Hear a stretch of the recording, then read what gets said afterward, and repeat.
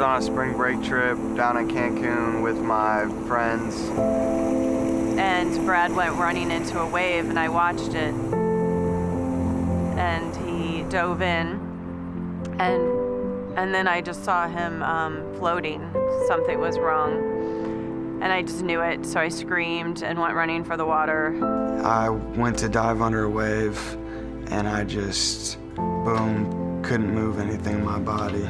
And then I gasped for air once. I got a deep breath, and I just held it until I got saved. He immediately said, "Mama, I'm paralyzed." So we turned him over so he could breathe. And I know he said, "Mama, I don't want to live like this." I got surgery in Mexico where they removed 2 discs between C4, C5, and C5, C6. He actually got into surgery in about 9 hours, which is impressive even by US standards. So huge credit to that surgeon in Mexico. I was put into a medically induced coma because the swelling had come up to C3. And once it hits C3, your diaphragm stops working, so I therefore couldn't breathe on my own.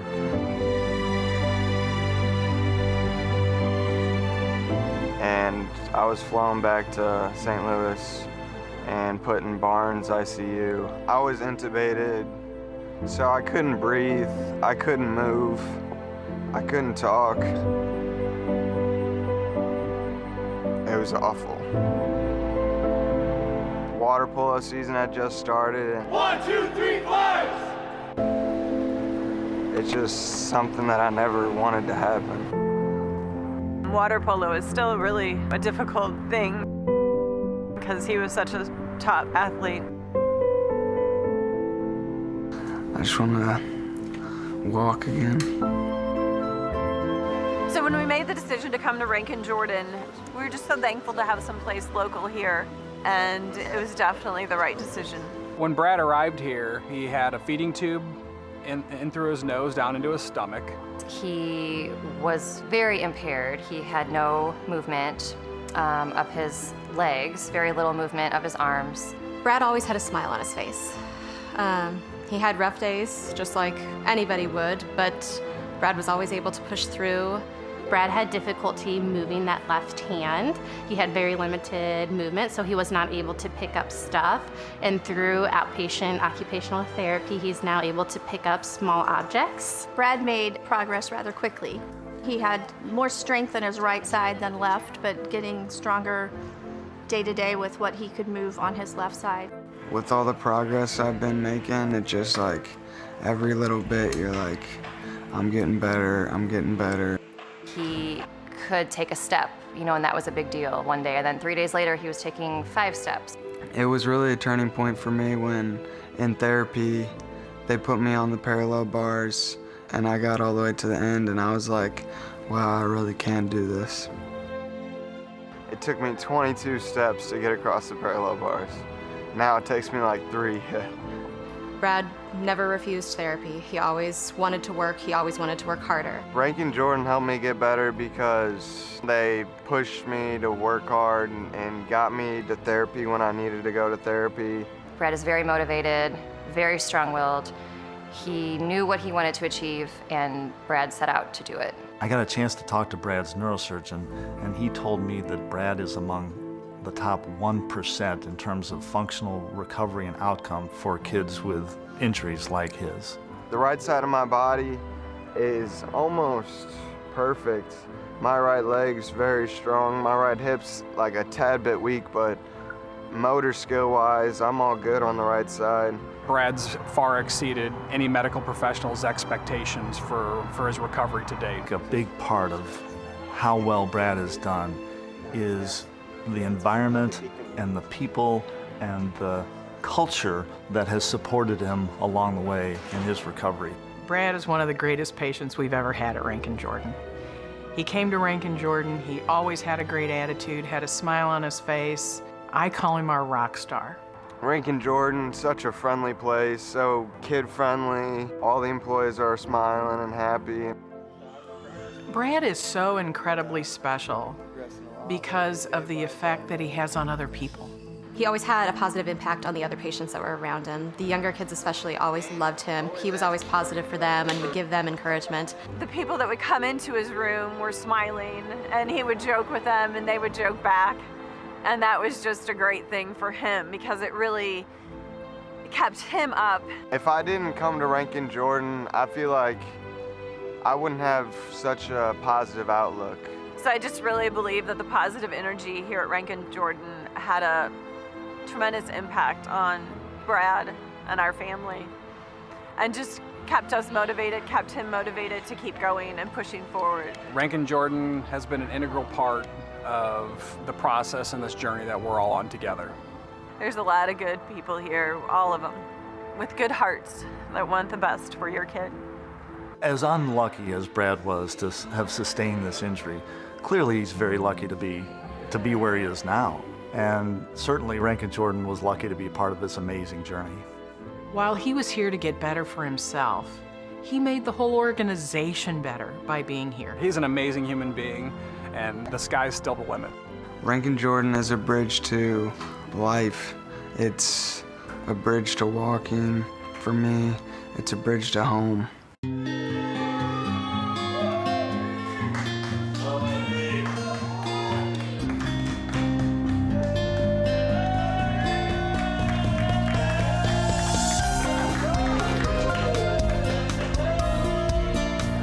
South County supported me like crazy, and St. Louis as a whole, Lindbergh as a whole.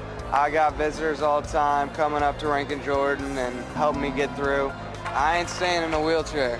I gotta get up, I gotta get back to where I was, and that's how it's gotta be. And Rankin Jordan's helping me do that. There's a perseverance, and I think there's that saying that we're all braver than we know. I'm glad every day that I have him and that he's with us. Rankin Jordan makes it happen.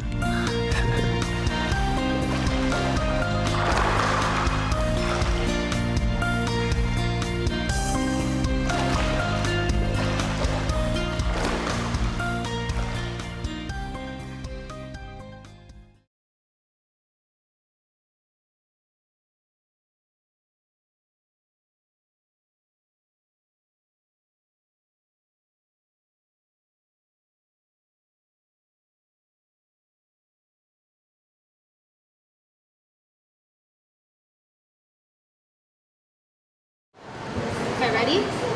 There you go. Left. Pick that up. Good, Al. There you go.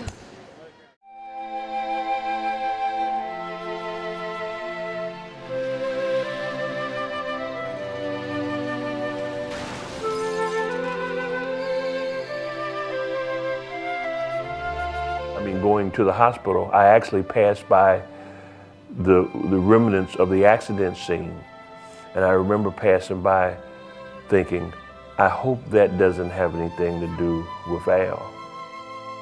The paramedics said he actually had died at the scene of the crash, and they were able to revive him.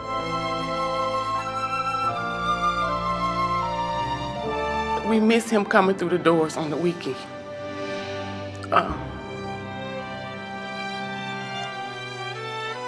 They said he wouldn't be able to move. It was like he was going to be a vegetable. It was almost saying, you guys need to make a decision whether or not you're going to take him off the machine. And we said no. No.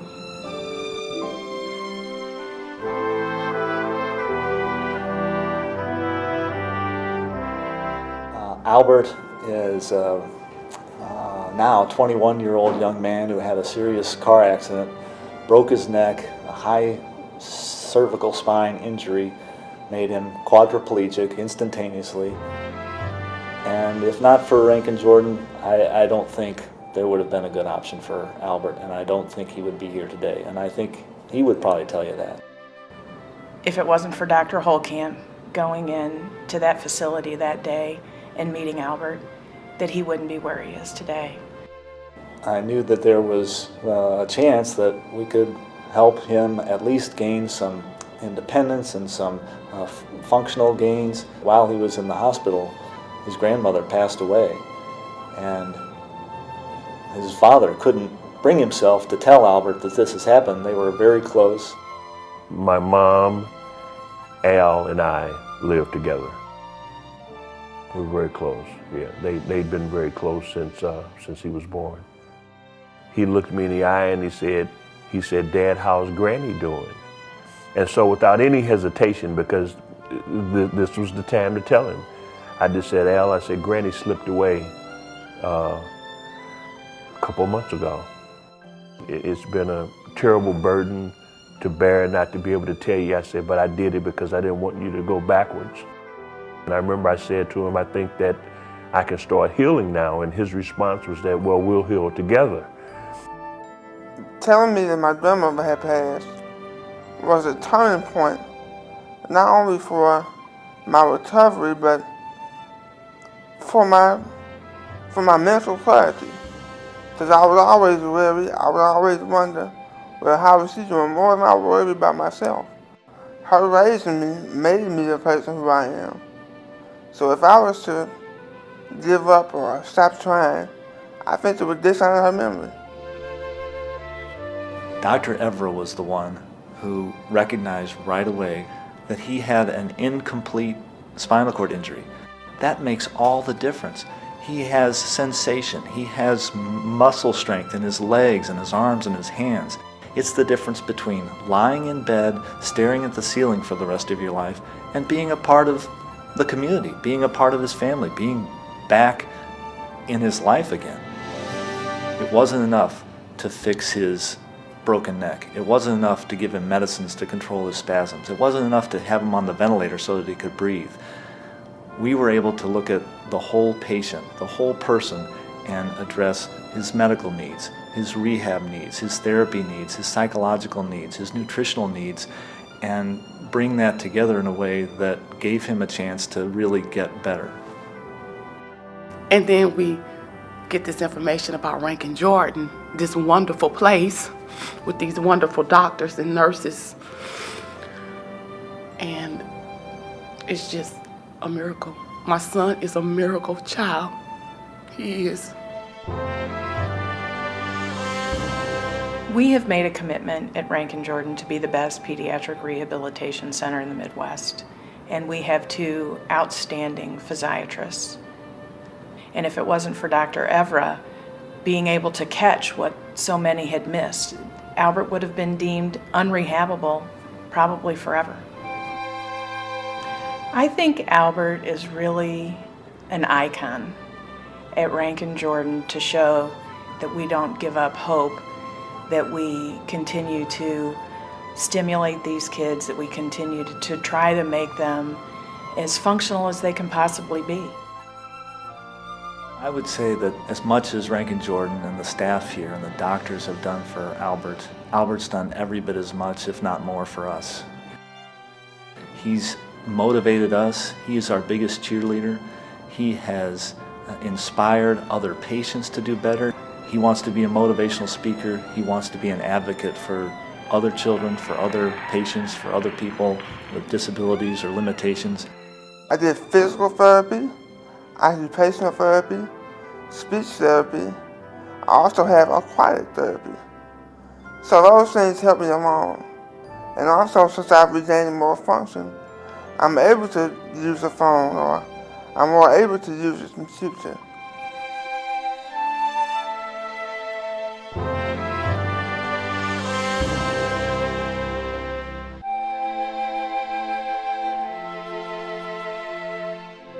Being able to communicate when they said he wouldn't be able to. And Rankin Jordan made that possible. It really helped me have a more positive mental attitude and have a more, even more optimistic view of my recovery. On my first day, even though with all the excitement, I had to concentrate very hard. And I was able to do 2 laps around the whole building. Walking in the right gait, it's really helping me support my weight. It's really helping my mind and muscle memory. So I can remember to shift my weight. And I can train my body to move my legs one at a time. Gotcha. That's it. Left. Pull it through. Good. There you go. Left. Pick that up. Good, Al. There you go. Good, Al. Woo, we're flying. I've already done so many things with the help of the staff here at Rankin Jordan that no one would think possible. He showed a willingness to fight to survive from the very beginning. They would never have believed that he's doing all the things he's doing now. I remember my first time when I was in the swimming pool here at Rankin. It was amazing.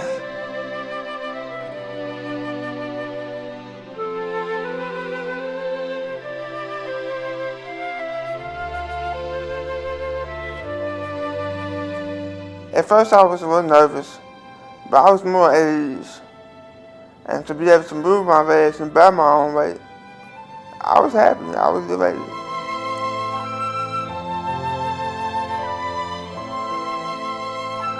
My whole experience here has helped me learn patience, and it's really helped me to not only be more positive, but to be more engaged and reach out to other people. Because we had no hope before he came here. He had no hope. None.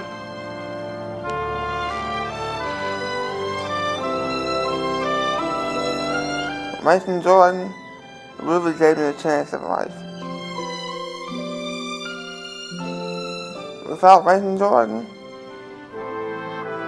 honestly, I'd probably be in the ground. It gave me hope in a hopeless situation.